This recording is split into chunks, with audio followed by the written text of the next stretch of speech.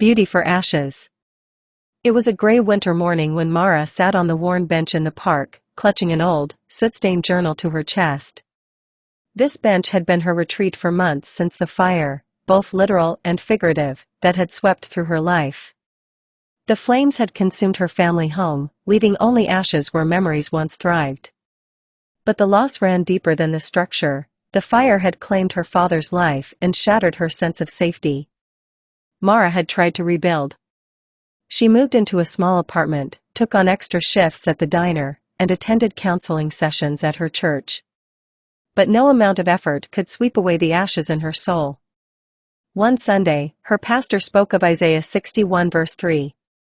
He described how God exchanges our ashes for beauty, turning our mourning into joy. Mara had rolled her eyes. What beauty could possibly come from the destruction she'd endured? Yet here she was, holding the journal her father had left behind. It had survived the fire, though singed at the edges, and she had hesitated to open it until now. With trembling hands, she turned the first page. The words were in her father's familiar handwriting. Mara, if you're reading this, I want you to know that beauty comes in ways we don't expect.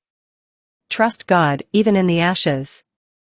Tears streamed down her face as she read his words of love, faith, and wisdom. The journal was filled with prayers, reflections, and notes of encouragement. He had written about his faith in God's ability to restore what was lost and make something beautiful out of pain. One entry stood out. The fire may take what we have, but it cannot take who we are. It is in the ashes that new life begins, just like the phoenix rises. Mara, you are stronger than you think, and God has a plan beyond what you can see. In that moment, Mara felt something shift. The pain remained, but it no longer consumed her.